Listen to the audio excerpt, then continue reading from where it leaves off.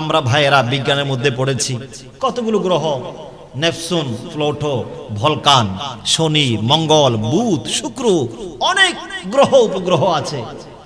এই সমস্ত কিছু এক সময় আর থাকবে না, সবকিছু ভেঙে চুরমার হয়ে যাবে। কখন? আল্লাহ রাব্বুল আলামিন এই কোরআনে পাকের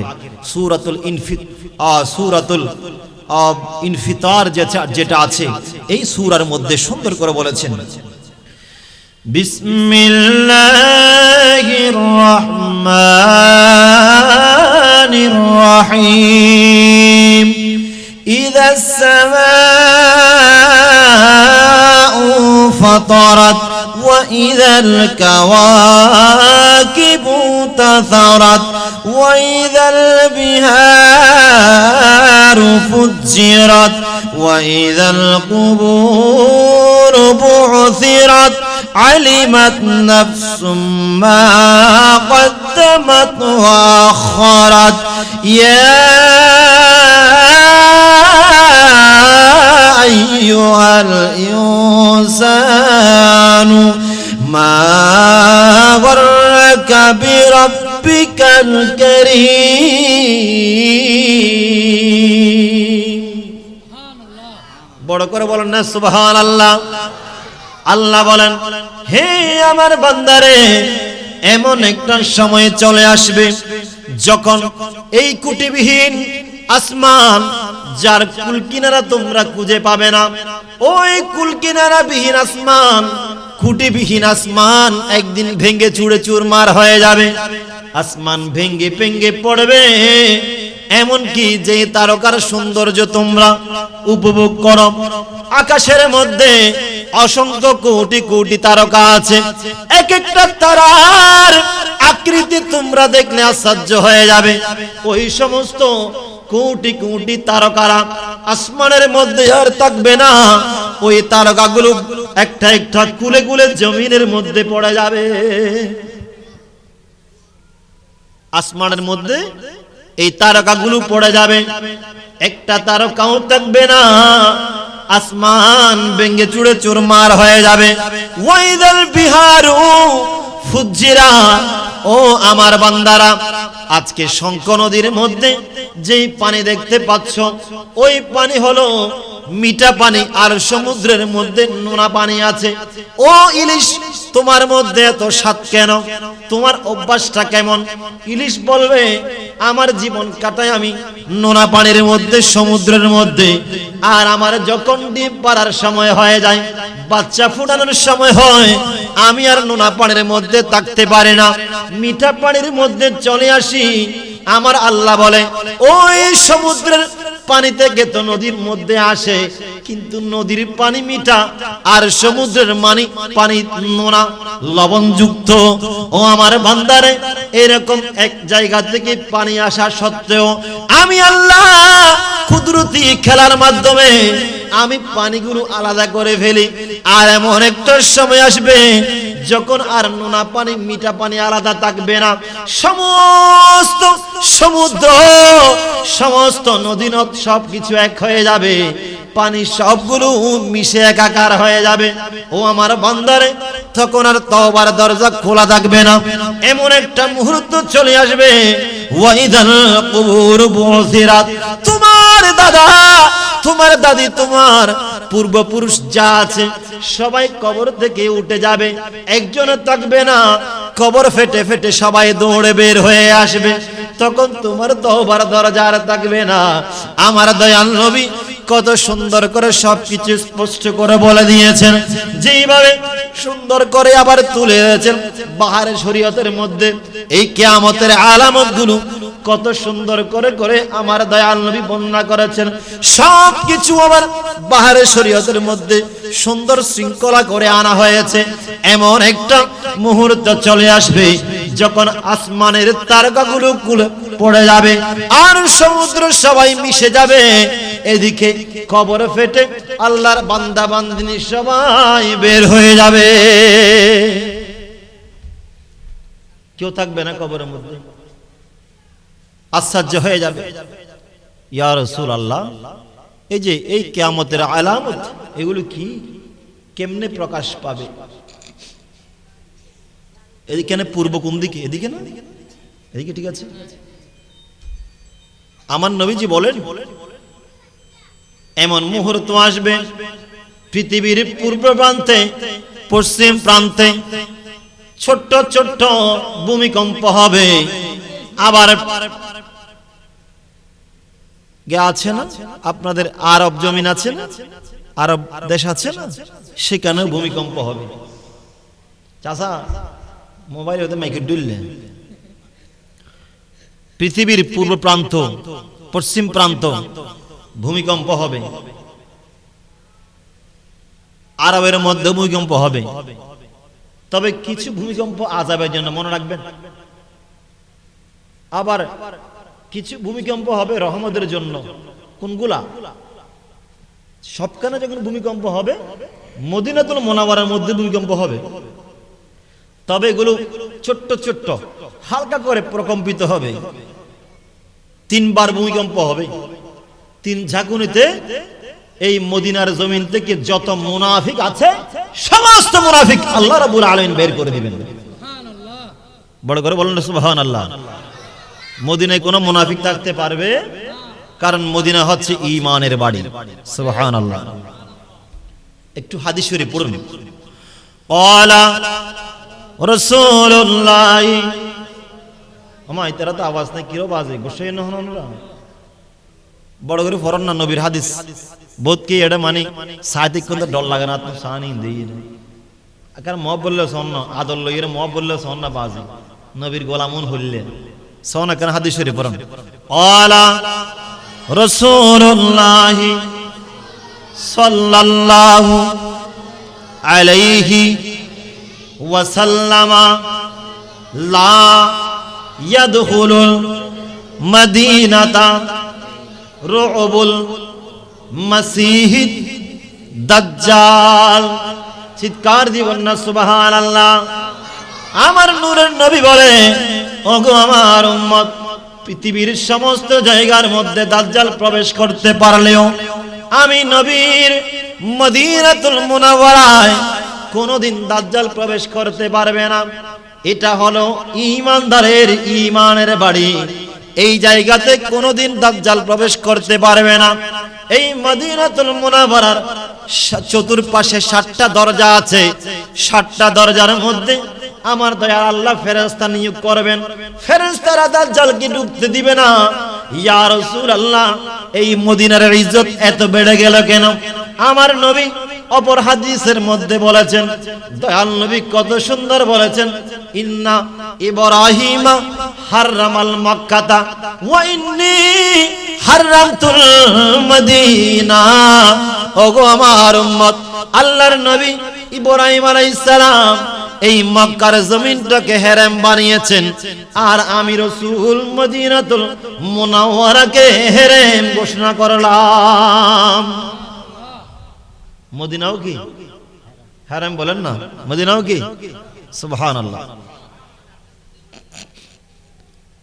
ভূমিকম্প হবে মদিনায়, হবে কি জন্য?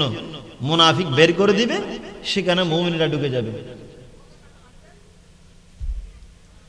যেইভাবে আমার নবী অপর হাদিসের মধ্যে বলছেন, ইন্নাল ঈমানা লা ইয়ারজু ইলাল মদিনা কামা তারজুল হাইয়া ইলা যুহুরিহা। ও আমার ভাইরা, আমার জন্য, আপনার জন্য আরামের জায়গা হলো আমার ঘর, আমাদের জন্য নিরাপত্তার জায়গা আমাদের ঘরটাকে মনে করি। আর সাপ নিজের জন্য নিরাপত্তার জায়গা মনে করে গভীর গর্তকে। কিন্তু ঈমানের জন্য একটা নিরাপদের জায়গা আছে। ইয়া রাসূলুল্লাহ, ওই জায়গাটা কোনটা?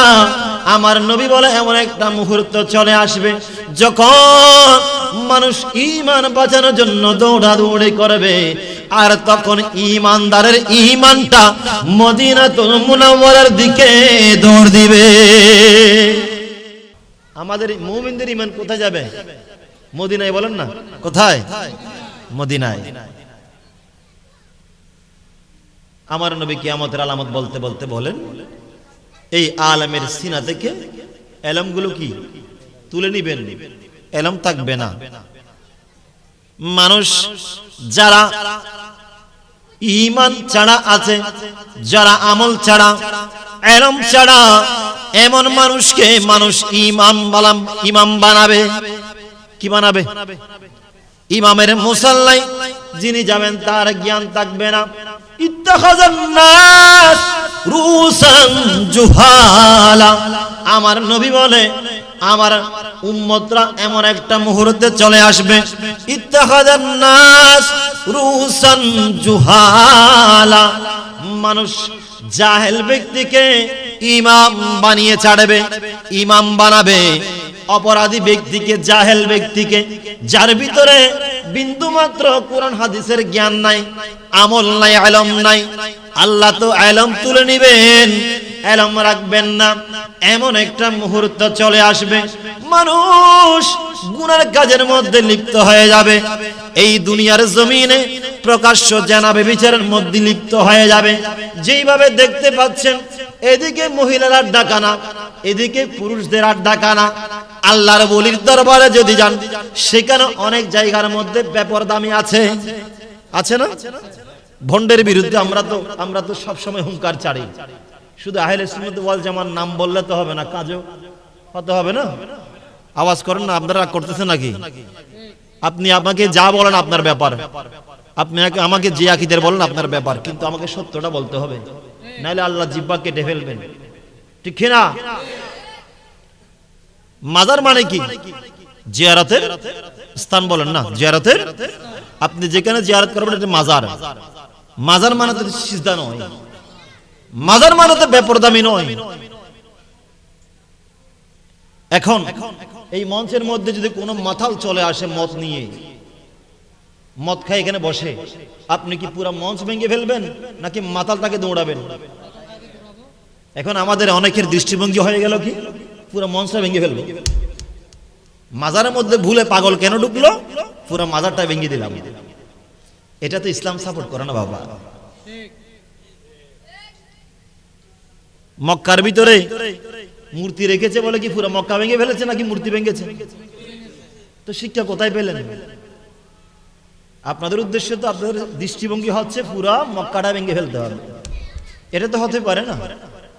এই মঞ্চের মধ্যে মাতাল উঠে গেল, মাতালটাকে দৌড়াবো, যিনি মদ খেয়েছে তাকে দৌড়াবো, তাকে শাসন করব, কিন্তু এই মঞ্চের তো কোনো অপরাধ নাই। আপনি অনেক যুক্তি কাটাবেন, আপনি বলবেন যেই ওলির নামে এগুলো করা হয়েছে ওলি কি দেখতেছেন, এগুলো বারণ করতে পারে না? আচ্ছা রাখেন তো, ঠিক আছে ওলি বারণ করে নাই, আপনি বলছেন ওলির কোনো পাওয়ার নাই এই জন্য বারণ করতে পারতেছে না। আচ্ছা আমি বলবো আপনাকে তো আল্লাহ সৃষ্টি করেছেন না, কথা বলেন না?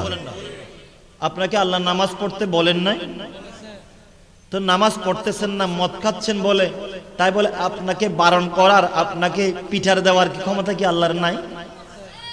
এখন আল্লাহ দোষ দিতে পারবেন? পারবেন না। আল্লাহ যেমন মহান তার দয়াও মহান, তিনি সহ্য করে আছেন। বান্দা কোন দিকে যাবি যা, টান দিব চলে আসতে হবে, ঠিক কিনা? যা ছেড়ে দিলাম, বান্দা আমি তো ভালো পথ দেখালাম, দেখিস না কেন? আল্লাহর ওলিরা ভালো পথ দেখাইছে, দেখো না কেন? আল্লাহর ওলিরা কি ভণ্ডামির পক্ষে ছিলেন? ভণ্ডামির পক্ষে ছিলেন না। তোমরা কেন ভণ্ডামি করতেছো? কেউ গিয়ে ওলির দরবার থেকে নাজাত পেয়ে যায়, কেউ গিয়ে ওলির দরবার থেকে সেখানে ভণ্ডামির আশ্রয় গ্রহণ করে সে ভণ্ড হয়ে যায়, ঠিক কিনা? ভণ্ডের সাথে আহলে সুন্নাত ওয়াল জামাতের কোনো সম্পর্ক, কথা বলেন, সম্পর্ক? মাজার মানে জিয়ারতের স্থান, জিয়ারত করবেন, যাবেন। আমরা তো সঠিকটা বলি না। মাজার মধ্যে, মাজার মানে কি সেখানে গিয়ে ওই বেপরদার আসর বসিয়ে, মেলা বসিয়ে এখানে আড্ডা দেওয়া? আমার গাউসুল আজম আব্দুল কাদের জিলানী রাদিয়াল্লাহু তাআলা ওনার লিখিত কিতাব যিনি লিখেছেন, আমার গাউসুল আজম আব্দুল কাদের জিলানী গুনিয়াতুত তালিবিনের মধ্যে লিখেছেন, ওগো আল্লাহর বান্দারা, যখন কোন আল্লাহর ওলির মাজার জিয়ারত করতে যাবে, ওই মাজারের পাশে যদি কোন নামাজের স্থান থেকে থাকে, আগে ওই মাজারের পাশে নামাজের স্থানের মধ্যে গিয়ে 2 রাকাত নফল নামাজ আদায় করে নিবা। বড় করে বলেন না সুবহানাল্লাহ। আগে গিয়ে 2 রাকাত নফল নামাজ আদায় করবা, তারপরে গিয়ে আল্লাহর ওলির জিয়ারত করবা। আল্লাহ আগে এসে তোমার কদমে কুদরতি কদমে সিজদা দিলাম, তারপরে তোমার বান্দার জিয়ারত করলাম। আল্লাহ দয়া করো, তোমার ওলি যেই পথে গিয়েছে, শাহজালাল যেইভাবে ইসলাম ধর্ম বাংলার জমিনে ছড়িয়ে দিয়েছেন, মানুষের কলবের মধ্যে ঢুকিয়ে দিয়েছে, আল্লাহ ওই ইসলামটাকে আমার কলবের মধ্যে ঢুকিয়ে দাও। এভাবে এইগুলো করেন। আগে জিয়ারত তো এরকমই তো, আমার আব্দুল কাদের জিলানী শিখিয়ে দিয়েছেন। তো আমরা বলি না, এগুলো সমস্যা আছে। তো কিয়ামতের আলামত আমার নবী বলে, উম্মত এগুলো এমন একটা মুহূর্তের মধ্যে চলে আসবে যখন রাস্তাঘাটের মধ্যে জেনাবে বিচার আড্ডা হয়ে যাবে। মানুষ একে অপরকে এমন ভাবে গ্রহণ করবে, নারী পুরুষ অবাধ মেলামেশা চলবে, তারা জেনাবে বিচারের মধ্যে লিপ্ত হয়ে যাবে। একজন নারী 10 জন নারী বেপরদা থাকবে, এইভাবে পুরুষও তার দিকে তাকাইবে, রাস্তার মধ্যে জেনাবে বিচারের আড্ডা হয়ে যাবে। কোন মানুষ প্রতিবাদ করলে তার বিরুদ্ধে উঠে যাবে। দেখেন না সমাজের মধ্যে যুবকরা মেয়েদেরকে যখন ইফটিজিং করে, উত্তক্তা করে, তখন দেখবেন তাদেরকে বারণ করলে ওই ছেলেগুলো মুরব্বির গায়ে ওঠার সম্ভাবনা। বাস্তব না এগুলো?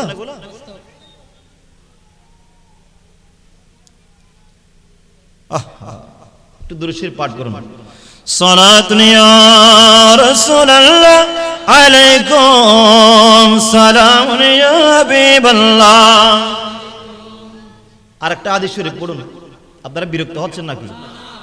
আপনারা বসছেন পর্যন্ত 2-3টা হাদিস শরীফ পড়েছেন, আর একটু পড়ুন, বিরক্ত হইয়েন না। নবীর হাদিস তো। আপনারা অনেকে মনে করেন যে হুজুরকে টাকা দিয়ে আনছি নিজে পড়ার জন্য, এখন আমাদের পড়া দিচ্ছি। এটাই তো ভালো, আমরা পড়ে যাবো কেন? আপনারা সবের ভাগীদার হন, একসাথে জবান খুলেন। নবীজিকে দেখতে পারে না, কিন্তু নবীজির হাদিস শরীফ আমরা মাহফিলের মধ্যে পড়তেছি। সুবহানাল্লাহ, অনেক বড় সৌভাগ্যের ব্যাপার না? পড়েন তাহলে। আন আলী রাদিয়াল্লাহু তাআলা ক্বালা রাসূলুল্লাহ সাল্লাল্লাহু আলাইহি ওয়াসাল্লাম লা তুবদি ফাখিযাহা ওয়ালা তানজুর ইলা ফাখিযি হাইয়িন ওয়ালা মাইয়িতিন। সুবহানাল্লাহ বলেন। আমার নবী কি বললেন? মাওলা আলী শের খোদা রাদিয়াল্লাহু তাআলা আন বলেন, আমার নূরের নবী বলেছেন, ওগো আমার উম্মত, তোমরা তোমাদের রানকে প্রদর্শন করিও না। কি করিও না? রান চিনুন না? আর নামাতে মানুষ হন, এটাই মেছে লান্ন চিনুন না, হাঁটুর উপরের অংশ। ও আমার উম্মত, তোমরা তোমাদের রানকে প্রদর্শন করিও না। এমনকি তোমরা কোন এইরকম রান দেখানো মানুষের রান দেখিও না, সেটা মৃত হোক অথবা জীবিত হোক। কোন জীবিত এবং মৃত মানুষের রান দেখিও না, নিজেদের রানকে প্রদর্শন করিও না। এই কথা বললেন শুধু মুমিনদের উদ্দেশ্যে। ও আমার ভাইয়েরা, বিশেষ করে যুবক ভাইয়েরা, খেয়াল করুন, যে নবী রান দেখানোকে নিষেধ করেছেন, ওই নবীর শরীয়তের মধ্যে থেকে আপনি কেমনে নিজের যৌবনত্ব রাস্তাঘাটের মধ্যে প্রদর্শন করতেছেন?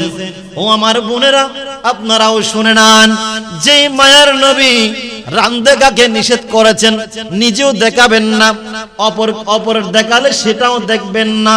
সেটা মরা মানুষ হোক অথবা জীবিত মানুষ হোক, কারো রান দেখা যাবে না, নিজেরটাও দেখানো যাবে না। দুর্ভাগ্যের বিষয় কেন বললাম? এটা কিয়ামতের একটা নমুনা চলে আসলো। যদি রাস্তার মধ্যে হাঁটতে যান, 100 বছর নয়, 30 বছরের যুবক, 20 বছরের যুবক, 16 বছরের যুবকরা অর্ধেক প্যান্ট পরে পরে ঘোরাফেরা করতেছে, ঠিক কিনা? যুবকরা নারাজ হচ্ছেন না? সত্যটা বলতে হবে। নবী নিষেধ করেছেন, কোরআন নিষেধ, খবরদার রান প্রদর্শন করবে না। হাঁটুর নিচে গিজারের উপরে কাপড় পরিধান করুন, সুবহানাল্লাহ বলেন। রান দেখাবে না। তো যে সমস্ত যুবক ভাইয়েরা হাফ প্যান্ট পরে ঘুরতেছেন, মনে করতেছেন এটা আধুনিকতা, না, এটা আধুনিকতা নয়, এটা বেহায়াপনা, এটা নবীর কথার বাইরে যাওয়া, শরীয়তের বিধি লঙ্ঘন করা, ঠিক না? এই সমস্ত সন্তানদেরকে দমন করা আম্মা আব্বার দায়িত্ব কি নয়?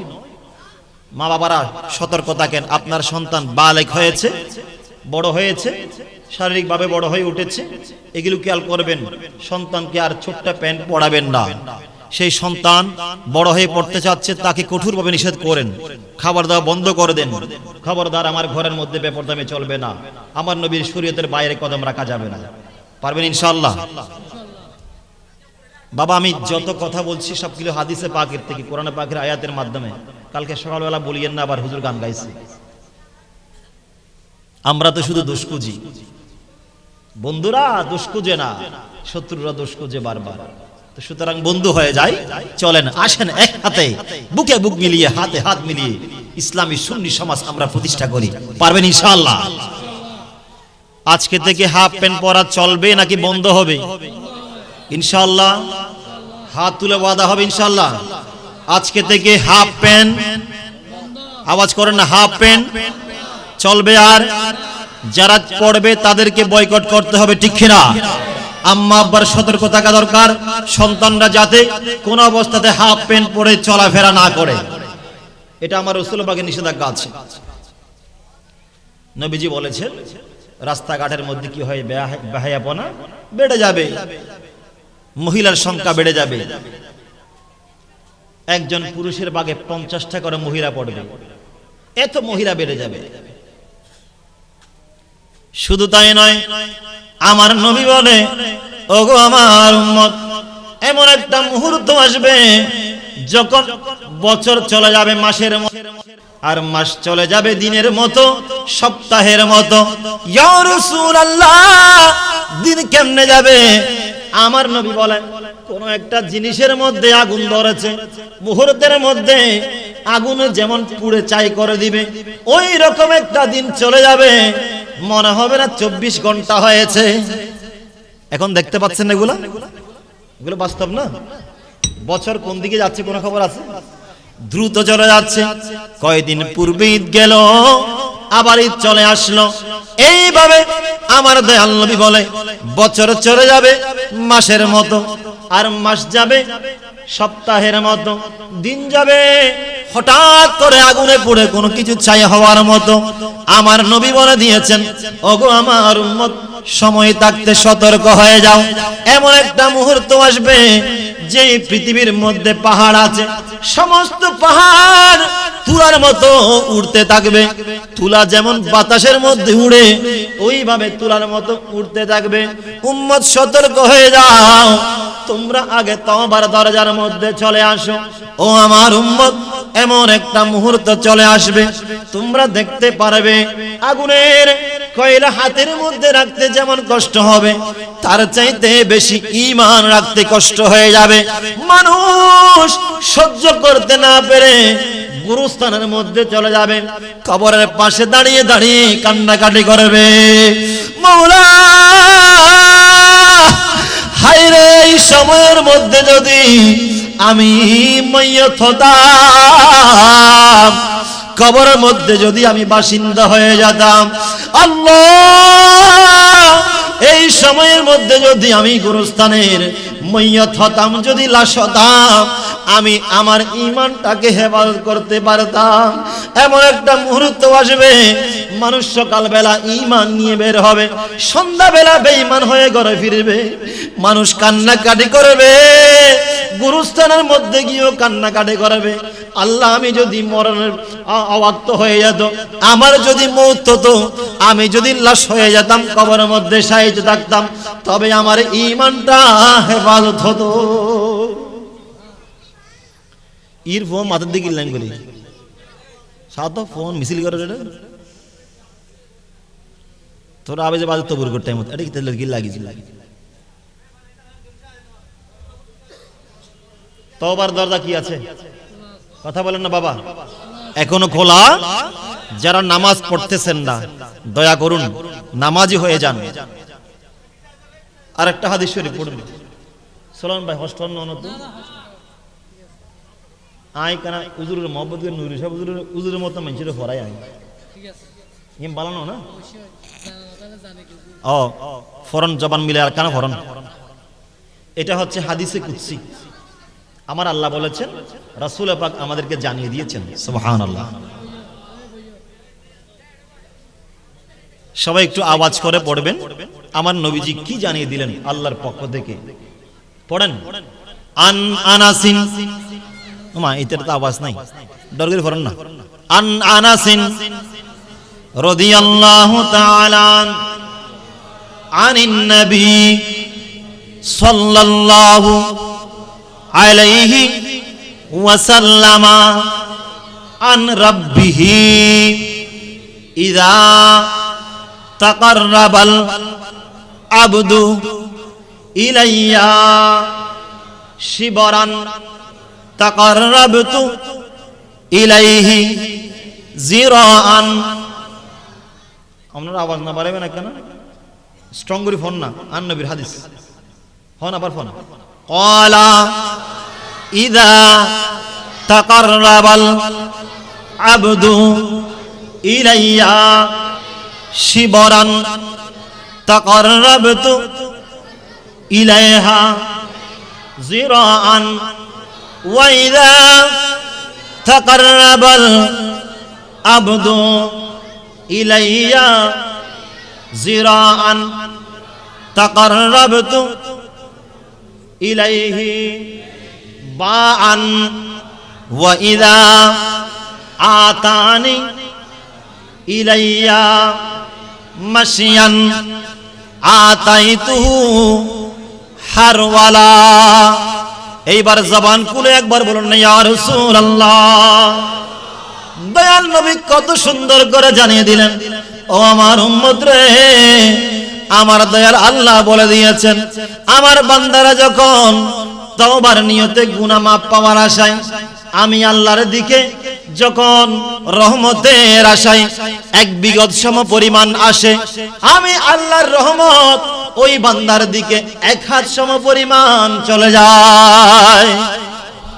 আবার যদি কোনো বান্দা আমি আল্লাহর রহমতের আশায় এক হাত চলে আসে, আমি আল্লাহর রহমত তার দিকে দুই হাত সম পরিমাণ চলে যায়। যদি কোনো বান্দা রহমতের আশায় আমি আল্লাহর দিকে হেঁটে চলে আসে, আমি আল্লাহর রহমত তার দিকে দৌড়ে দৌড়ে চলে যায়। কত দয়াবান দেখেন। এজন্য শায়ের সুন্দর করে বলে, তোমাকে ডাকি যদি একবার আল্লাহ, আমাকে কাছে টানো বারবার। তোমাকে ডাকি যদি একবার আল্লাহ, আমাকে আল্লাহকে ডাকবো একবার, আল্লাহ আমাকে ডাকবে, কাছে টানবে বারবার। সুবহানাল্লাহ। এটা হাদিসে পাকের কথাগুলো নিয়ে আসছে এরা। যদি আল্লাহর রহমতের আশায় এক বিগত যায় বান্দা, আর আল্লাহর রহমত তার দিকে অগ্রিম আরো সামনে এক হাত চলে আসে। সুবহানাল্লাহ। যদি বান্দা তুমি তওবার নিয়তে রহমত পাওয়ার আশায় নামাজের জন্য, ভালো কাজের জন্য যদি এক হাত পরিমাণ চলে যাও, আল্লাহর রহমত তোমার দিকে দুই হাত চলে আসে। তুমি বান্দা যদি হেঁটে যাও, আল্লাহর রহমত তোমার দিকে দৌড়ে দৌড়ে চলে আসে। এইবার চিৎকার দিয়ে বলি আল্লাহু আকবার। এই রবের জিকির করা দরকার আছে কিনা? আল্লাহর স্মরণ করা দরকার আছে। আল্লাহ বলেন, ফাযকুরুনি আযকুরুকুম ওয়াশকুরুলি ওয়ালা তাকফুরুন। বান্দারে, তোরা যদি আমাকে, আমি আল্লাহকে যদি স্মরণের মতো স্মরণ করস, বান্দা তুই চলে যাবে। কিন্তু আমি আল্লাহ যেমন মহান, আমি মহানভাবে তোর জিকিরটাকে পৃথিবীর জমিনে বুলন্দ করব। সুবহানাল্লাহ। আজকে শাহজালাল রহমাতুল্লাহ আলাইহি বাংলার জমিনে ইসলাম কায়েম করে চলে গিয়েছেন। কখন তিনি স্মরণ করেছেন আল্লাহকে 1000 মানুষ নিয়ে, 5000 মানুষ নিয়ে, আর তিনি চলে যাওয়ার এত লম্বা সময়, শত শত বছর হয়ে গেল, এখনো আল্লাহর বান্দারা তাকে হাজার হাজার মানুষ সমবেত হয়ে একসাথে সেই শাহজালালকে স্মরণ করছেন, ঠিক কিনা? এটা আল্লাহ পাকের কোরআন পাকের আয়াতের এই নমুনা। বান্দা, যখন আমি আল্লাহকে স্মরণ করবি, স্মরণ মতো স্মরণ করলে নিশ্চয় আমি আল্লাহ তোমাকে মহান আজিমুশ শান ভাবে স্মরণ করব। সুবহানাল্লাহ। এই গজলটা একটু পড়েন মুহাব্বত নিয়ে। আল্লাহ আমাকে কাছে কয়বার ডাকে? বারবার ডাকে। সুবহানাল্লাহ বলেন, পারবেন ইনশাআল্লাহ? আল্লাহ আমাকে কয়বার? আমি একবার ডাকবো, আল্লাহ আমাকে কয়বার? বারবার কাছে টানে। একটু হাতটা নাড়িয়ে বলবেন, পারবেন ইনশাআল্লাহ? সবাই হাতটা তুলেন, ডান হাতটা তুলেন। তোমাকে ডাকি যদি একবার আল্লাহ, আমাকে কাছে টানো বারবার, আমাকে কাছে। লা ইলাহা ইল্লাল্লাহ, লা ইলাহা, লা ইলাহা, লা ইলাহা। তোমাকে ডাকি যদি একবার আল্লাহ, আমাকে কাছে টানো বারবার, আমাকে কাছে।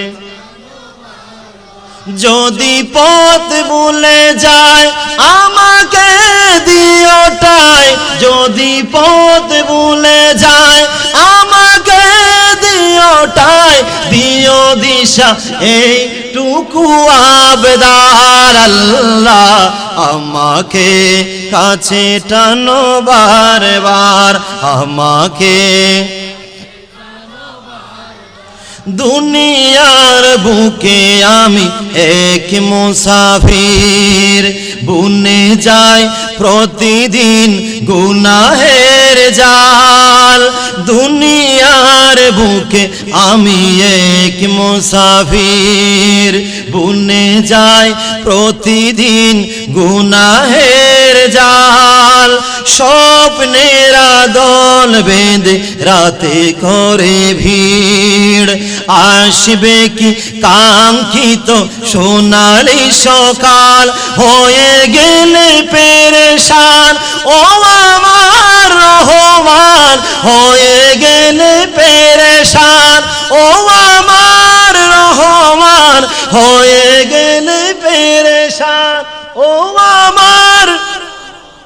জিকিরে হই যেন একাকার আল্লাহ, আমাকে কাছে টানো। আর তোমাকে ডাকি যদি একবার আল্লাহ, আমাকে কাছে টানো বারবার, আমাকে। যদি পথ ভুলে যায় আমাকে দিও ঠাই, যদি পথ ভুলে যায় আমাকে দিও ঠাই, দিও দিশা এইটুকু আবেদার আল্লাহ, আমাকে কাছে টানো বারবার, আমাকে কাছে। চিৎকার দিয়ে বলি আল্লাহু আকবার। আমাকে আল্লাহ এত মহাব্বত করেন, বান্দা হেঁটে আসলে আমি আল্লাহর রহমত দৌড়ে যাই। সুবহানাল্লাহ। এই কিয়ামতের নমুনা আল্লাহ রাব্বুল আলামিন যা কিছু ঘটাবেন আগে সবকিছু বলে দিয়েছেন, কিন্তু বান্দারা সতর্ক হতে জানে না। আমার নবীজি আরো বলেন, ঘরের মধ্যে পুরুষরা মহিলাদের দাসের মতো হয়ে যাবে, অর্থাৎ স্ত্রীর কথায় উঠা বসা করবে, এমন নিকৃষ্ট সময় চলে আসবে। আর মহিলারা রাজত্ব করবে। বাংলাদেশের মধ্যে এখন সময়ের ডাক এসেছে, মহিলা নেতৃত্ব বাদ দিয়ে পুরুষ নেতৃত্ব, পুরুষের প্রধানমন্ত্রিত্ব পাওয়ার আমাদের সুযোগ সময় এসেছে। খেয়াল রাখবেন সবাই, পারবেন ইনশাআল্লাহ? ইসলামী সমাজ প্রতিষ্ঠা করা আমাদের দায়িত্ব, আমাদের লক্ষ্য এটাই। বলেছিলাম কিয়ামতের নমুনা রব্বুল আলামিন সবকিছু বলে দেওয়ার পরেও আমরা সতর্ক হতে পারছি না। আল্লাহ রাসূল সাল্লাল্লাহু তাআলা আলাইহি ওয়াসাল্লাম ইরশাদ করেছেন, এমন মুহূর্ত চলে আসবে যখন মা বাবাকে সন্তানেরা দাস দাসীর মতো আচরণ করবে, মাকে দাসীর মতো আচরণ করবে, মার কথা শুনবে না সন্তানেরা, মা বলবে একদিকে সন্তান যাবে অন্যদিকে। এমন একটা মুহূর্ত চলে আসবে যখন সন্তানেরা মাকে দাসীর মতো আচরণ করবে, মুরিদকে দাস এমন আচরণ করবে। এটার কথা এমন ভাবে আছে, মুনিব হয়ে যাবে দাসের মতো, দাস মুনিবকে প্রসব করবে। অর্থাৎ মা বাবা, যেই মা সন্তানকে 10 মাস 10 দিন গর্ভে ধারণ করে পৃথিবীর আলো দেখালেন, ওই মাকে সন্তান দাসীর মতো আচরণ করবে। অথচ আমার নবী সরকারে দো আলম সাল্লাল্লাহু তাআলা আলাইহি ওয়াসাল্লাম আগে কত সুন্দর বলে গিয়েছেন। আমার দয়াল নবীর সাহাবী হযরত আব্দুল্লাহ ইবনে মাসউদ রাদিয়াল্লাহু তাআলা বলেছেন, যেটা হাদিসের ইবারত আমি পড়ছি, আর ইবনে মাসউদ রাদিয়াল্লাহু তাআলা قال سألت النبي صلى الله عليه وسلم أي العمل أحب إلى الله تعالى। আমার নবী এইবার বলেন, قال الصلاة لوقتها ثم أي يا رسول الله। আমার নবী বলে বিরুল ওয়ালিদাইন ثم أي يا رسول الله।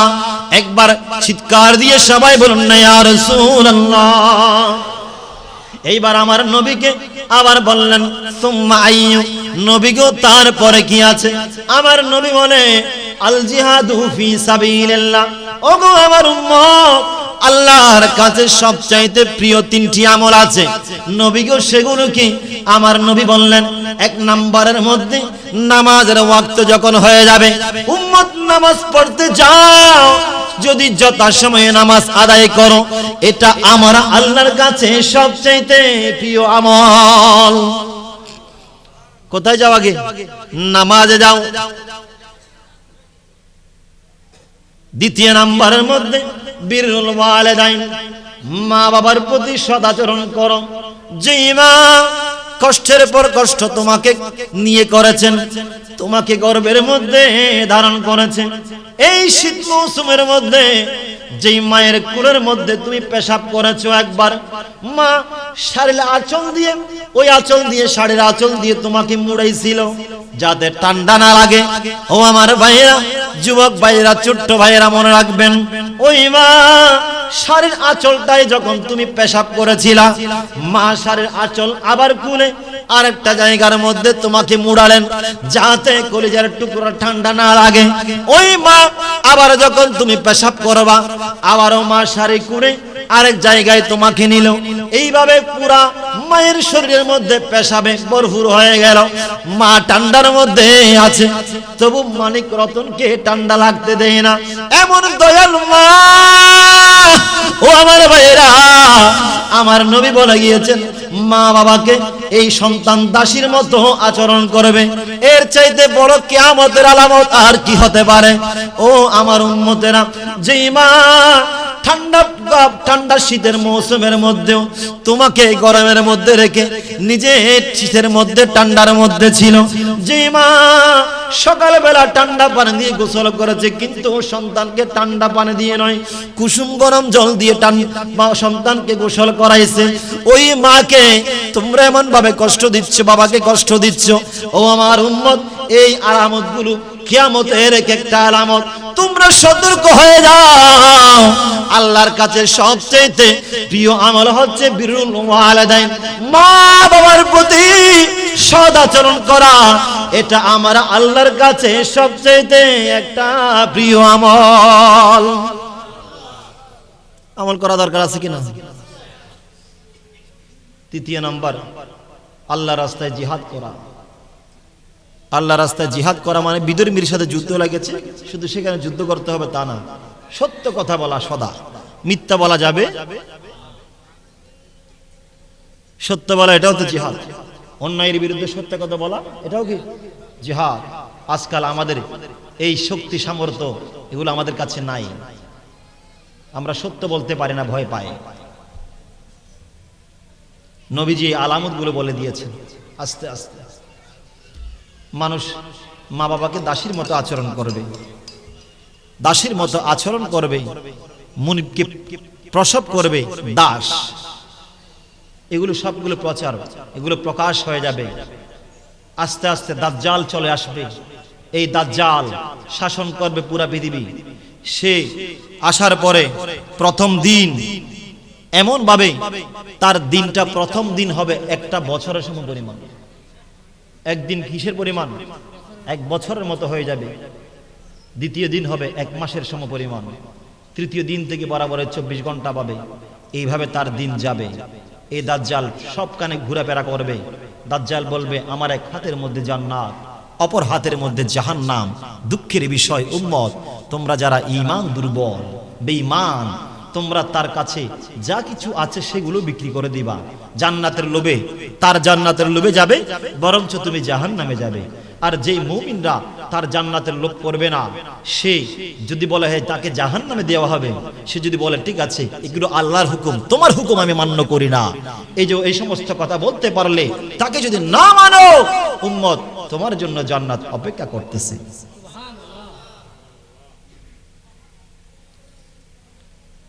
সতর্ক হয়ে যান, তওবার দরজা খোলা আছে। নামাজের ওয়াক্ত হলে নামাজে চলে যান, নামাজ থেকে দূরে তাকিয়েন না। আমার রব, আপনার রব এমন একজন রব, আপনার ঘরের মধ্যে, সুলাইমান ভাইয়ের ঘরের মধ্যে, আমার ঘরের মধ্যে একদিন, 2 দিন, 3 দিন যদি বারবার মানুষ আসে, আমরা বিরক্ত হয়ে যাই, লোকটা কেন আসতেছে বারবার। আর আমার আল্লাহ বলেন, বান্দারে আমার ঘরের মধ্যে একবার আসবি, বারবার আসবি, প্রতিটি সেকেন্ডে, প্রতিটি মিনিটে, প্রতিটি ঘন্টায়, প্রতিটি দিন, প্রতি বছর, সব সময় যদি তুই বান্দা আমি আল্লাহর ঘরের মধ্যে যত বেশি আসবি, আমি আল্লাহ তত বেশি খুশি হয়ে যাব। মানুষের ঘরে মানুষ গেলে মানুষ বিরক্ত হয়ে যায়, কতক্ষণ মেহমানদারি করবে। আল্লাহ বলেন, বান্দারে মেহমানদারি করার জন্য আমি আছি, যা চাইবি তাই পাবি। সুবহানাল্লাহ। ডাকার মতো ডাকতে জানতে হবে। আল্লাহ আমাদের আল্লাহকে যথা নিয়মে সুন্দরভাবে ডাকার মতো তৌফিক দান করুক, আমিন। এইবার আল্লাহকে ডাকার মতো ডাক একটা দেন, সবাই উচ্চ স্বরে বলুন আল্লাহ। এই আওয়াজ মানে না, একটু বড় করে বলতে হবে আল্লাহ। এই আল্লাহর দাসত্ব চলবে, অন্য কারো দাসত্ব চলবে। মা বাবাকে আর দাস দাসীর মতো আচরণ করবেন না, মহব্বত দেখাবেন। এই আম্মা আব্বা যদি ভুলে বদদুয়া দেয়, দেখবেন আপনার উপর চলে আসবে লানত। ভুলে যদি দেয় সেটা আল্লাহ কবুল করবেন, এটা ফেরত দেয় না। রাসূল পাকের সময়ের মধ্যে একজন ব্যক্তি ছিলেন যার নাম আলকামা। নাম কি বললাম বাবা? আলকামা। তার মা আছে। এই আলকামা মরণের পথযাত্রী, এখন মৃত্যু শয্যায়, সাকারাত চলতেছে। আলকামাকে বলে, আলকামা কালমা পড়ো, লা ইলাহা ইল্লাল্লাহ। আলকামা পড়তে পারে না, বারবার বলা হয়, চেষ্টা করাচ্ছে কিন্তু পারতেছে না। এখানে একটা মাসালা মনে রাখবেন, কোন মানুষ যদি সাকারাতের বিছানায় যায়, বুঝতে পারেন তার সাকারাত চলতেছে, তাকে কালেমা পড়ার জন্য জবরদস্তি করা যাবে না। তার কত কষ্ট হচ্ছে আমরা জানি না। পাশে বসে বসে কালেমা শরীফ পড়বেন, মৃদু আওয়াজে, বড় করে না, যাতে সে কোন রকম শুনতে পায়। জবরদস্তি করে পড়াবেন না তাকে। যদি সে ওই সাকারাতের কষ্টে, মৃত্যুর কষ্টে যদি সে অতিষ্ঠ হয়ে যদি বলে কালেমা পড়বো না, তখন দেখবেন তার ঈমানের মধ্যে সমস্যা হয়ে যাবে। এই জন্য চাপাচাপি করবেন না। ইসলামের শিকার অনেক বিষয় আছে। তো আলকামা মৃত্যু পথযাত্রী আমার নবীর কাছে আসলো, ইয়া রাসূলুল্লাহ, আলকামা মৃত্যু পথযাত্রী, তার সাকারাত চলতেছে, ইয়া রাসূলুল্লাহ, কিন্তু সে কলমা পড়তে পারতেছে না। ইয়া রাসূলুল্লাহ, এমন একটা মুহূর্তের মধ্যে চলে আসলো আলকামা, চেষ্টা করা সত্ত্বেও তার মুখের মধ্যে কলমা শরীফ জারি হচ্ছে না। আমার নবী বলে, আলকামার মা বাবা থাকলে খবর দাও। সুবহানাল্লাহ বলেন না। আলকামার মা আছে, ইয়া রাসূলুল্লাহ, মা আছে, তাকে ডেকে নিয়ে আসো। আমি নবীর সালাম দাও, তার কাছে গিয়ে তাকে বলবে, আমি নবী তাকে ডাকলাম, যদি আসতে না পারে আমি নবী তার কাছে যাব। এইবার সাহাবায়ে কেরাম দৌড় দিলেন, ও আলকামার আম্মা, আপনাকে নূরের নবী সালাম দিয়েছেন, আপনাকে নবীজির দরবারে আহ্বান করেছেন, যদি আপনি যেতে না পারেন আপনার কাছে আমার নবী আসবে। এইবার আলকামার মা বলে, না না, এটা যেমন তেমন নবী নয়, ওই নবীকে কষ্ট দেওয়া যাবে না।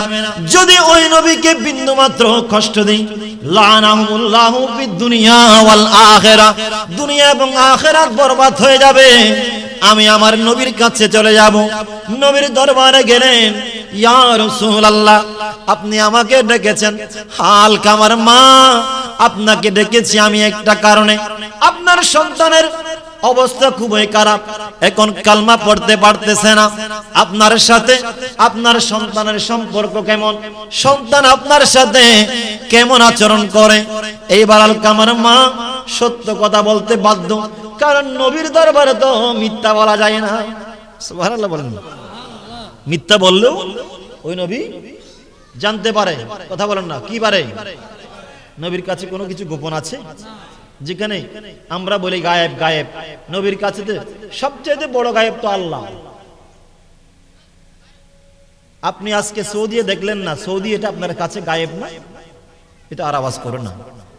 এখানে অনেক সবাই কি সৌদি গিয়েছেন? সৌদি আপনার কাছে গায়েব না, অনুপস্থিত না সৌদি? আপনি দেখেন নাই তো, কিন্তু কেউ না কেউ তো সৌদি দেখেছে। আমার ভাই আমেরিকা দেখে নাই, কিন্তু আরেকজন তো আমেরিকা দেখেছে। কেউ আগের আমাদের শাহজালাল রহমতুল্লাহ, শাহবান রহমতুল্লাহ, মোহসেন আলী রহমতুল্লাহ, এদেরকে আমরা দেখি না, কিন্তু কেউ না কেউ তো দেখেছে। তখনকার জামানার মানুষ দেখেন নাই, কিন্তু আমার রব এমন একজন রব যিনি সবার কাছে গায়েব। সুবহানাল্লাহ। উনি অদৃশ্য, কেউ দেখতে পায় না। সবচেয়ে বড় গায়েব তো রব। সেই রব পর্যন্ত আমার দয়াল নবীকে দেখা দিয়েছেন। গায়েব আর আছে কই? और कोई गायब का तुमसे निहा हो भला, जब ने खुदाई छुपा तुम पे करोड़ों दरूद। सुबहानाल्लाह। আর কি আছে? গায়েব নাই। এইবার আমার নবীকে এই কথা জানান দেওয়ার পরে আলকামার মা বলে, ইয়া রাসূলুল্লাহ, আমার সন্তানের সব কিছু ঠিক ছিল, আমলনামা সব কিছু ঠিক আছে, তবে আমার সন্তান আমার সাথে একটু উঠা বসা কম করত, বউয়ের কথাকে বেশি প্রাধান্য দিত। কার কথা? বউয়ের কথাকে বেশি প্রাধান্য দিত। ইয়া রাসূলুল্লাহ, আমার সাথে এই জন্য একটু সম্পর্ক কম আছে। নবী গো, ওই সন্তানকে আমি বড্ড ভালোবাসতাম। ছোট্ট কাল থেকে আমি না কি তাকে কামাইতাম, আমি না পড়ে তাকে পড়াইতাম। আজকে বড় হলো, ওই সন্তান তো আজকে আমার নাই। নবীজি যেইভাবে বলেছেন, কিয়ামতের আলামতের মধ্যে একটা আলামত হলো মানুষ বউয়ের কথাই চলবে। পুরুষ সম্প্রদায়, পুরুষরা নারীদের কথা ছাড়া চলবে না, বউয়ের কথাই উঠবে, বউয়ের কথাই বসবে। ইয়া রাসূলুল্লাহ, আমার সন্তান সে স্ত্রীকে বেশি প্রাধান্য দিত। নবী গো, ওই সন্তানকে বড্ড মায়া করতাম, কত কষ্ট করে লালন করলাম। 10 মাস 10 দিন পেটের মধ্যে ধারণ করেছিলাম। একটি মুহূর্তের মধ্যেও আমার সন্তানকে আমি আঘাত করি নাই, অথচ বড় হয়ে ওই সন্তান আমাকে চিনতে পারতেছে না। আমার নবী বলে, ও সাহাবীরে, তোমরা কোথায় আছো? একটু এদিকে আসো না। ও আলকামার মা, আপনার সন্তান বেশি কষ্টে আছে, সাকারাতের বিছানার মধ্যে আছে। এই জায়গার মধ্যে এত কষ্ট, এত কষ্ট, 7 সাগর 13 নদীর পানি দিলেও তৃষ্ণা মিটে না, কালমা শরীফ তার মুখের মধ্যে জারি হচ্ছে না। যেইভাবে শায়ের কত সুন্দর করে বলে, সাকারাতের বিছানাতে কি যে যন্ত্রণা, আর কায়নাতের পানি দিল তৃষ্ণা মিটে না, 7 সাগরের পানি দিল তৃষ্ণা মিটে না, কাউসারের পানি দিবেন শাহে মদিনা, কাউসারের মালিক যিনি তাহাকে চিনুন, ভালো যদি নবীকে ভালো যদি বাঁচতে হয়, ও নবী তারানে वाला, নবী নবী তারানে वाला, নবী প্রাণের চেয়ে প্রিয়, তাই নবীকে জানো, ভালো যদি বাঁচতে হয় নবীকে শোন, ভালো যদি বাঁচতে হয় সালাত দুনিয়া।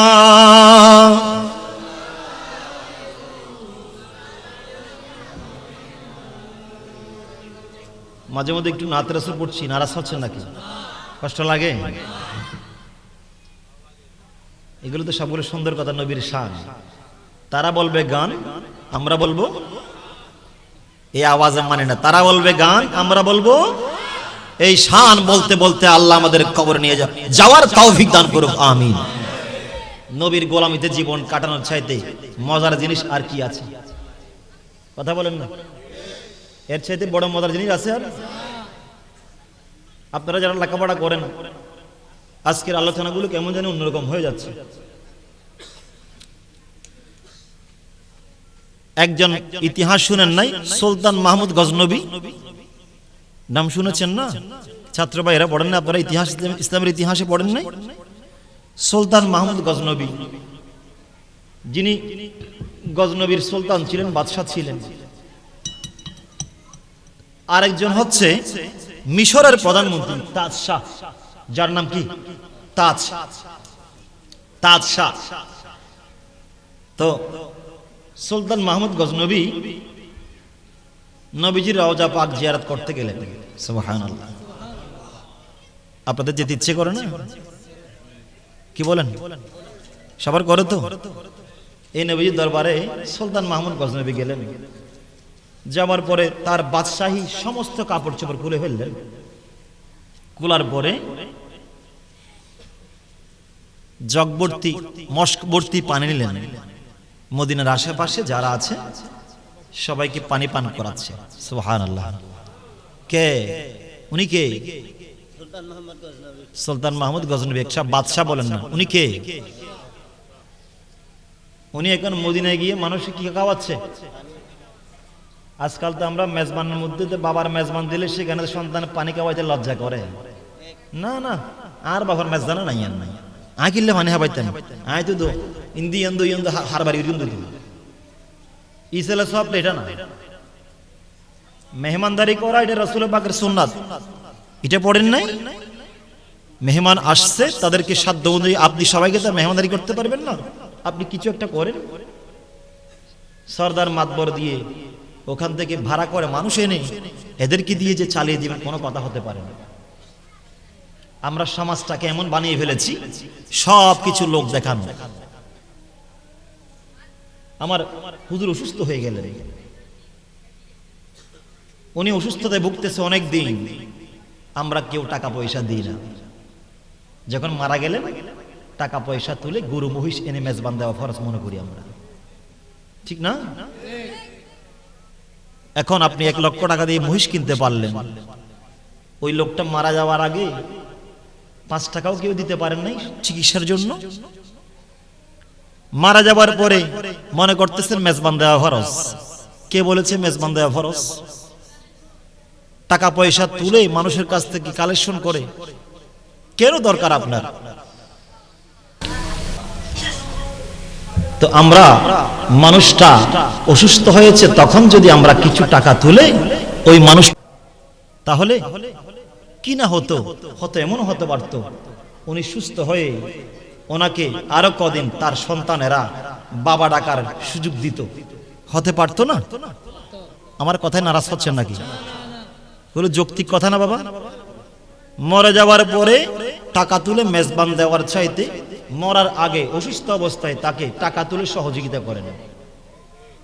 হয়তো এমন হতে পারে আপনার দেওয়া টাকার মাধ্যমে সে সুস্থ হয়ে তার বাবা, তার সন্তানেরা তাকে আরো কয়েকদিন বাবা ডাকতে পারবে, তার মা সন্তানটাকে আরো কয়েকদিন বুকটা করে যাতে ঠান্ডা করতে পারবে, ঠিক কিনা? আমাদেরকে আস্তে আস্তে এই চিন্তা ভাবনা করে সমাজটা বদলাতে হবে, পরিবর্তন করতে হবে। আল্লাহ তৌফিক দান করুক, আমিন। কথা কোথায় ছিল? সুলতান মাহমুদ গজনবী কোথায় গেলেন? মদিনাতুল মুনাওয়ারায় গেলেন। মদিনাতুল মুনাওয়ারায় যাওয়ার পরে উনি আস্তে আস্তে কি করতেছেন বলেন না? পানি খাওয়াচ্ছে। ওই মদিনার যারা মেহমান হয়েছে, নবীর গোলামরা গিয়েছে, সেখানে গিয়ে তিনি কি করতেছেন? পানি খাওয়াচ্ছেন। সুলতান মাহমুদ গজনবী মদিনার জমিনের মধ্যে যাওয়ার পরে আমার নবীর কদমে গিয়ে হাজিরা পেশ করলেন। ওনার বাদশাহী সমস্ত কিছু খুলে ফেললেন। খোলার পরে পানির মশক নিল। এইবার পানি খাওয়ানো আরম্ভ করলেন। সবাই চেয়ে আছে লোকটাকে। কয়েকজন চিনে ফেললো, হায় হায়, উনি তো গজনবীর বাদশাহ। সুবহানাল্লাহ বলেন। গজনবীর বাদশাহ এসেছে মদিনার জমিনে। ওই গজনবীর বাদশাহ তো এখানে বাদশাহী সূরত ধারণ করে নাই, এখানে পানি খাওয়াচ্ছে কত সুন্দর করে, মানুষদেরকে সেবা করা। এটাই হলো আমার দয়াল নবীর শিক্ষা। এইবার কি করলেন? গজনবীর বাদশাহ পানি খাওয়াচ্ছে, মানুষ চেয়ে আছে। হুজুর, আপনি তো গজনবীর বাদশাহ, এখানে এসে এমন জীর্ণ শীর্ণ হয়ে গেলেন কেন? এইভাবে না করলেও তো পারতেন। উনি এবার জবাব দিলেন, ও আল্লাহর বান্দারা, আমি গজনবীর বাদশাহ সুলতান মাহমুদ গজনবী, আমি তো গজনবীর বাদশাহ। আর যার কাছে আসলাম তিনি তো দু জাহানের বাদশাহ। ওই নবীর দরবারে কোন বাদশাহগিরি চলে না। নবীর দরবারে আমরা সব সময় গোলামরা ফকির থাকি। নূর মোহাম্মদ সাল্লাল্লাহু আলা, তুমি বাদশার বাদশাহ কামিলি ওয়ালা, তুমি বাদশার। বিশ্বাস হয় কিনা? যারা নবীকে বাদশার বাদশাহ মানেন তারা একটা হাতটা তোলেন না, একটু নেড়ে দেখাই দিই না। তুমি বাদশার বাদশাহ কামলি ওয়ালা, তুমি বাদশার বাদশাহ কামলি ওয়ালা। নূর মুহাম্মদ সাল্লাল্লাহু আলা, তুমি বাদশার বাদশাহ কামলি ওয়ালা, তুমি বাদশার বাদশাহ। তরনে वाला নবী, বাঁচানে वाला, তরনে वाला নবী, বাঁচানে वाला, তুমি বাদশার বাদশাহ কামলে वाला, তুমি বাদশার বাদশাহ কামলে वाला। চিৎকার দিয়ে বলুন ইয়া রাসূলুল্লাহ। কষ্ট হচ্ছে? নবীর দরবারে গেল সুলতান মাহমুদ গজনবী, বলে আমি গজনবীর বাদশাহ, কিন্তু মদিনার বাদশাহ নই। আমি বাদশার দরবারে চলে আসলাম। এখানে বাদশাহী চলে না, এখানে গোলামি চলে। সুবহানাল্লাহ বলেন না। এখানে কি চলে? গোলামি চলে। ও আমার ভাইরা, কোথায় যাচ্ছি? কত মহব্বতের কথার মধ্যে পড়ে গেলাম। যেই চিশতি নাম দিয়েছে গরিবের আওয়াজ, তিনি যখন উসমান হারুনের সাথে মদিনাতুল মুনাওয়ারায় গেলেন, নবীজির জিয়ারতে গেলেন, উসমান হারুনি যিনি হলেন গরিবের আওয়াজের পীর মুর্শিদ, উসমান হারুনি সামনে গিয়ে গেলেন, পিছনে আছে খাজা গরিবে নওয়াজ।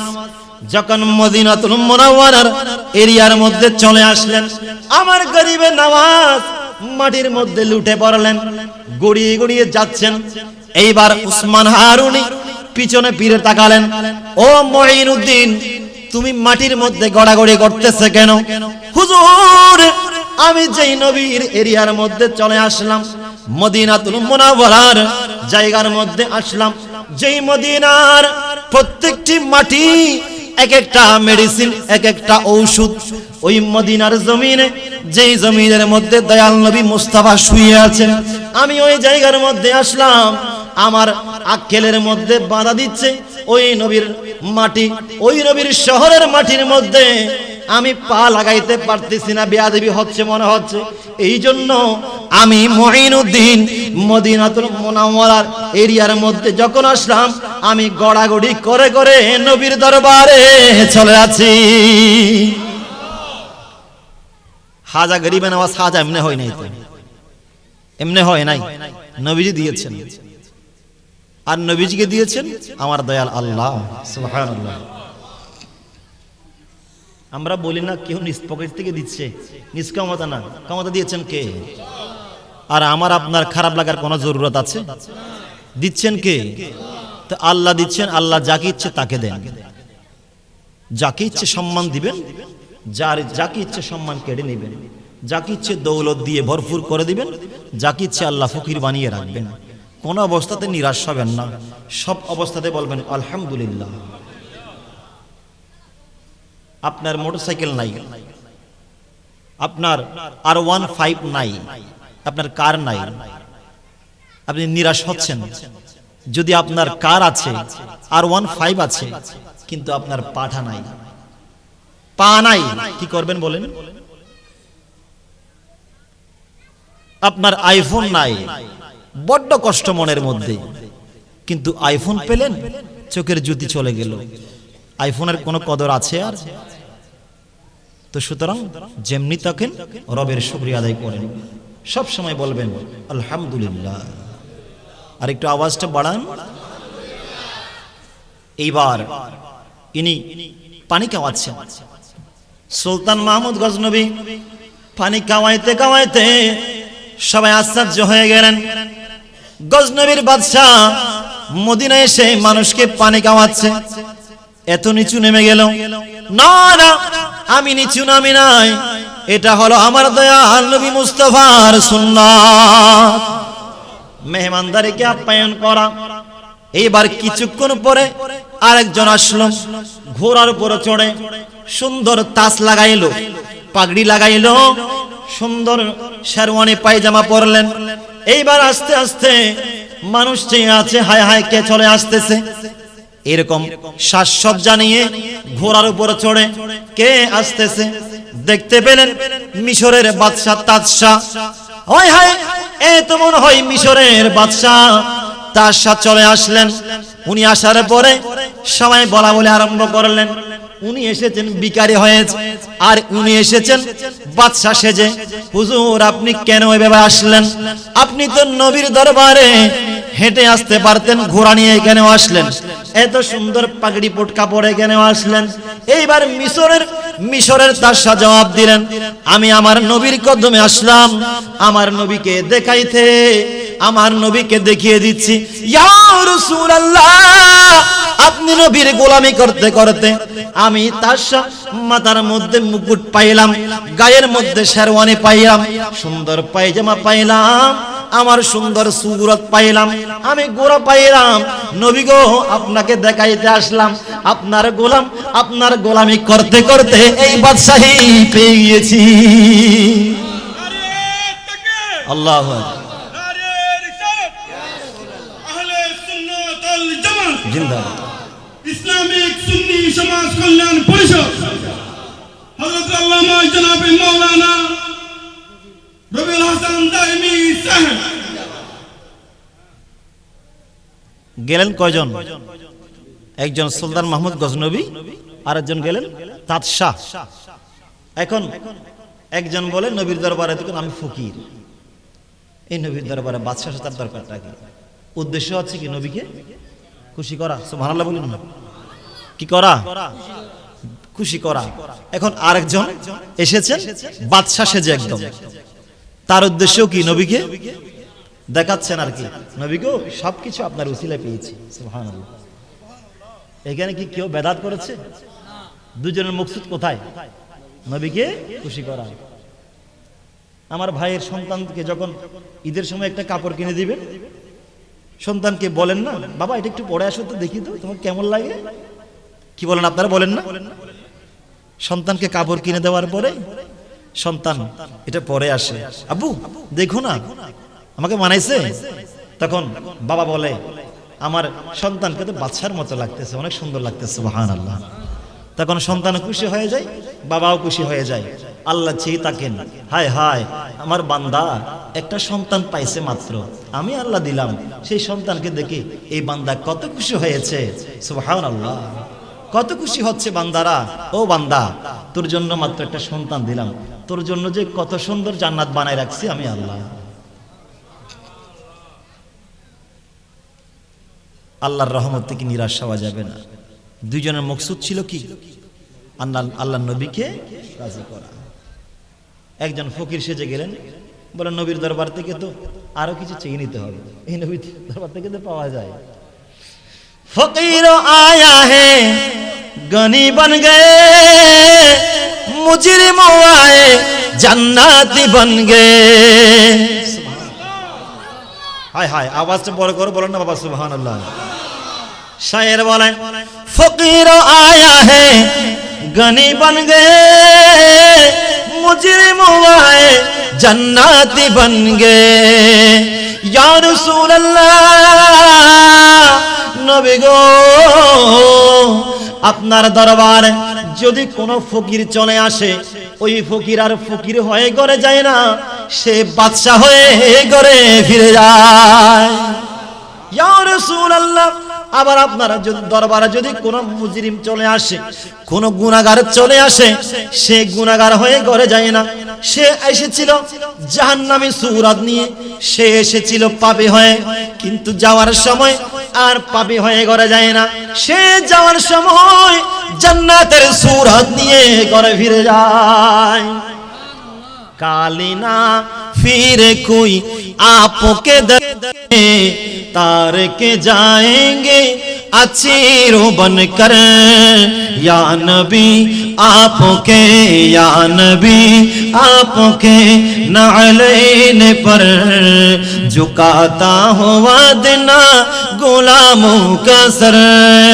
चित्कार दी बोलना सुभान अल्लाह। আপনারা মনে বিরক্ত হয়ে গেছেন না? নবীর দরবারে গেলে তা আপনার বাদশাহী কারো লাগবে? আরে লাগবে না। নবীর দরবারে তো যত চাই তো তত পাই, তো চাইবো না কেন? যত চাই তত পাই, চাইবো না কেন? এই নবী তো দিলে তো আমার মতো আপনার মতো করে দেয় না। আমার ঘরে যদি আমার কাছে কেউ এসে একবার চাই, 5 টাকা দিই। আবার আসার পরে, এই তোমাকে কালকেও দেখেছিলাম না, আবার কোনো 5 টাকা দিলাম। আরেক দরজায় গেল 10 টাকা দিলাম, আরেক দরজায় গেল 2 টাকা দিলাম। কিন্তু ফকির বরাবর ফকির রয়ে গিয়েছে, কারণ আমার দামটা এরকম, তার চাওয়াটা যেরকম আমার দেওয়াটাই সেরকম। কারণ আমিও তো নিঃস্ব অসহায়, আমার তো তেমন বেশি নাই। আর আমার নবীর দরবার এমন একটা দরবার, যেই নবীর দরবারে একবার চাইবেন, নবী দিবেন তো এমন ভাবে দিবেন, দুনিয়া এবং আখিরাতের বাদশা বানিয়ে দিবেন। বুঝতে পারবেন না যেগুলা। আপনি মনে করতে পারেন আমি তো চাচ্ছি অনেকদিন পর্যন্ত, পাচ্ছি না কেন? বাবা তুমি কি জানো, তোমার দুনিয়ার মধ্যে যদি একটু কষ্ট থাকলেও তোমার আখিরাতটা কেমন হয়েছে কি তুমি জানো? হয়তো এমনও হতে পারে আমার নবী তোমার আখিরাতটাকে মালামাল বানিয়ে দিয়েছে। হতে পারে না? সালাতুন ইয়া রাসূলুল্লাহ।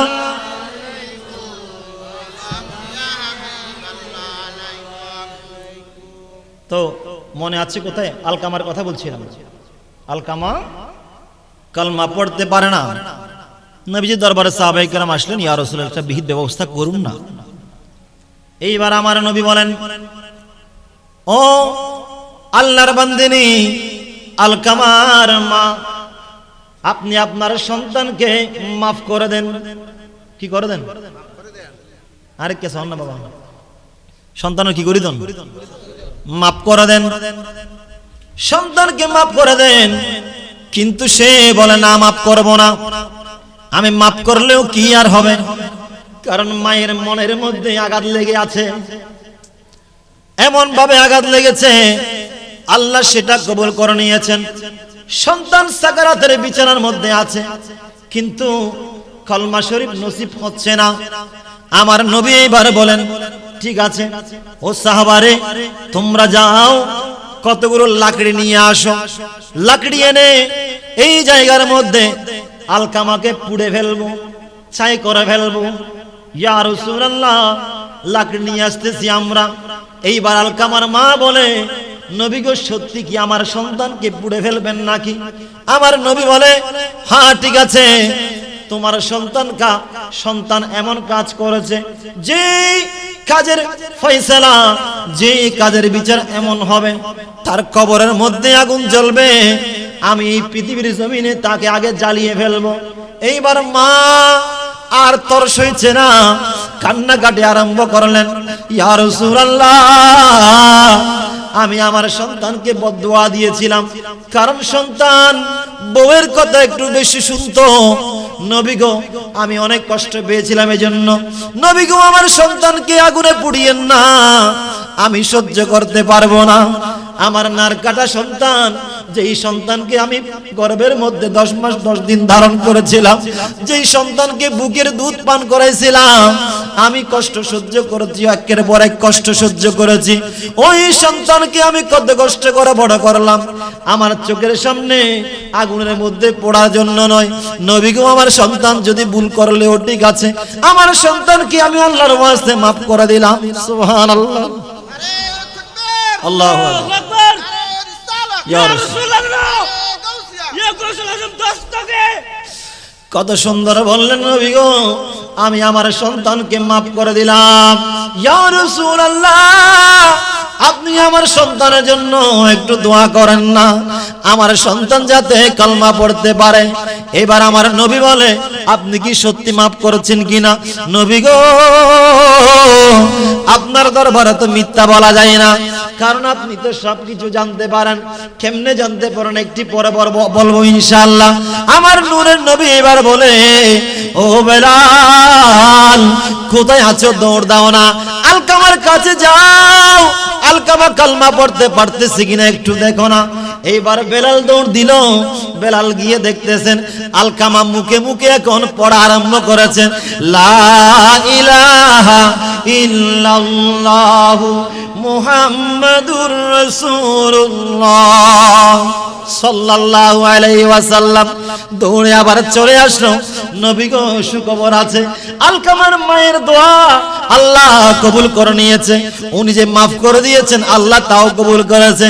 আলকামার মুখের মধ্যে কালমা শরীফ জারি হয়ে গিয়েছে। মায়ের বদদুয়া পড়লে মুখে কালমাও জারি। আল্লাহর ওলি বায়েজিদের বিরল ঘটনা, মায়ের সেবায় ছিল একটি উত্তম নমুনা।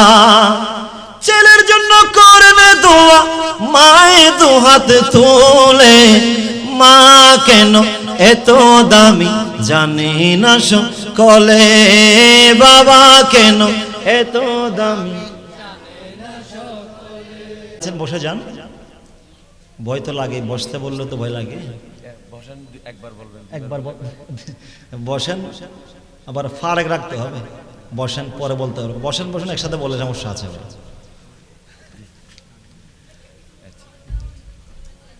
তো নবীজিকে এগুলো জানান দিয়েছেন কে?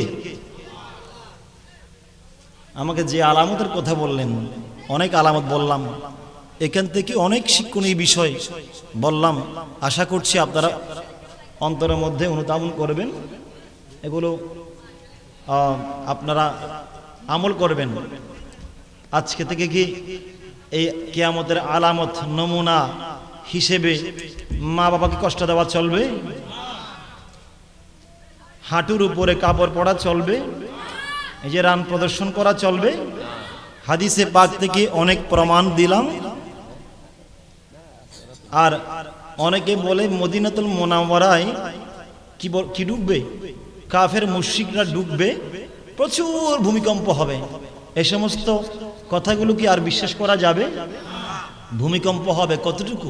মৃদু ভূমিকম্প, যাতে মদিনাতুল মুনাওয়ারায় ভুলে যদি কোনো মুনাফিক ঢুকে থাকে এগুলো বের হয়ে যায় মতো। এখানে দাজ্জালও প্রবেশ করতে পারবে না। সুবহানাল্লাহ। তারজুফুল মদিনাতু সালাসা রাজফাত, তিনবার ভূমিকম্প হবে, তিনবার ভূমিকম্প, তো মুনাফিক সব বের হয়ে যাবে। আর এখানে মুমিনরাই ডুববে। আর যারা মুনাফিক তারা বলবে না না, এখানে কাফের ডুববে, মুশরিক ডুববে। কারণ সে যে দলের সেই দলের কথা বলবে, সে যাকে চিনে আর কি। আমার নবীজি এই মদিনাকে হেরেম ঘোষণা করলেন। এই হেরেমের মধ্যে প্রবেশ করা যাবে না। এখানে লা ইয়াদখুলুল মদিনাতা রুবুল মাসিহিদ দাজ্জাল, দাজ্জাল ঢুকতে পারবে না। দাজ্জাল সবখানে গেলেও যেতে পারবে না এখানে। এটা আমার নবীর শহর। সুবহানাল্লাহ। আমি শেষ কথার দিকে যাচ্ছি। একটা হাদিস কানা তেলাওয়াত করার কথা ছিল, আবার শেষবারের মতো দেখি চেষ্টা করব। আপনারা একটু মোহাব্বত নিয়ে দুরূদ শরীফ পাঠ করুন। পারলে সামনে চলে আসেন, পিছনে জায়গার ব্যবস্থা করে দেন। আল্লাহুম্মা ভাই মাওলানা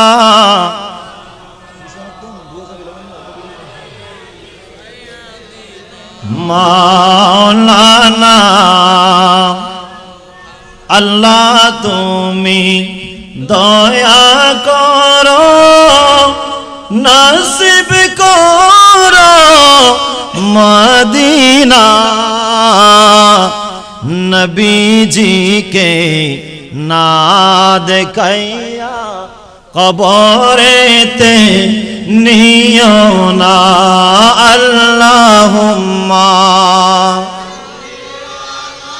সাইয়্যিদিনা মাওলানা ওয়া আলা আলি সাইয়্যিদিনা মাওলানা। সময় যেহেতু বরাবর হয়ে গিয়েছে, আজকে শেষ। আগামী কয়েকদিন পর আবার তো আসা হচ্ছে না। আমার ভাইয়ের এখানে হয়তো আসা হবে, যদি আল্লাহ সুস্থ সবল রাখলে ইনশাআল্লাহ আসবো। আপনারা আমার জন্য দোয়া করবেন।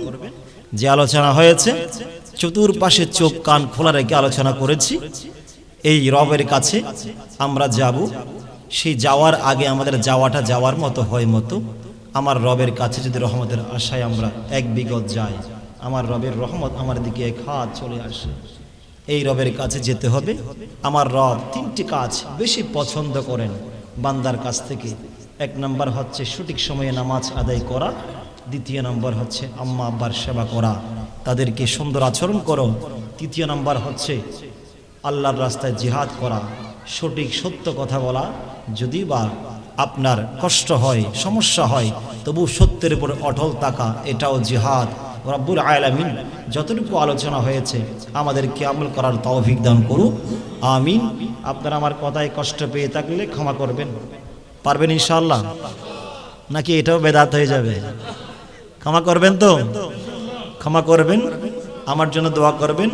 আল্লাহ রাব্বুল আলামিন যা কিছু আলোচনা করলাম এগুলো ভুল ভ্রান্তি ক্ষমা করুক এবং আমাকে আমল করার তৌফিক দান করুক, তারপর আপনাদেরকে আমল করার তৌফিক দান করুক। আসসালামু আলাইকুম ওয়া রাহমাতুল্লাহি ওয়া বারাকাতুহু।